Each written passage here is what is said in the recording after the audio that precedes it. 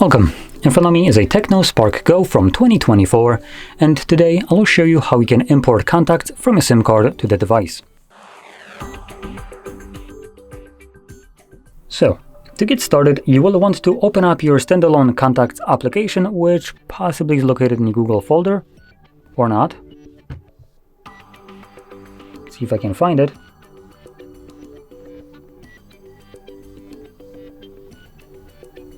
Oh, there we go.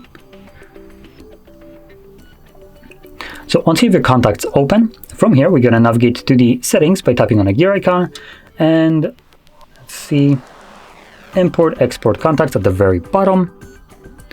Import contacts from, so you want to select where you want to import them from. I'm going to be selecting my SIM card, which is named Play, as that's the provider of the SIM.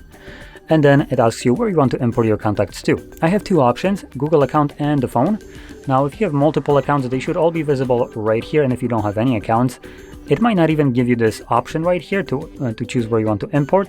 If it does, it's all obviously going to be just the phone in this case. Now, I want to import them to the phone anyway, so that's what I'm going to select. And at that point, it should display all the contacts that are located on your SIM card. So you can quickly select all of them by clicking right here on this checkbox. Now, if you don't want all of them, but most, you can still utilize that and then deselect contacts that you don't want.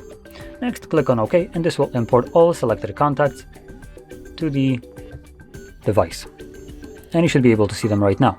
Now, I do want to also point out one thing.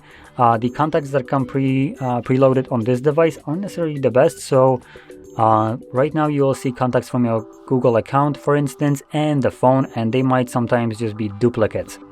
In this case, if that bothers you, you could use Contacts by Google, so you can just download them from Play Store, and that application, the Contacts application, will allow you to strictly pick where the contacts are being displayed from. So it just gives you additional options and cleanness to your contacts list.